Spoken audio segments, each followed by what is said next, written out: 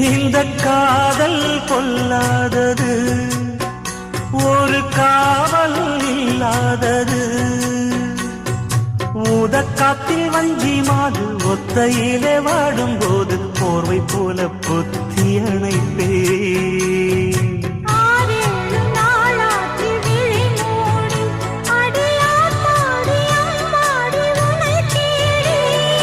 நீதானே மானே என் இளஞ்சோடி, உனை நீங்காது என்றும் என் உயிர் நாடி.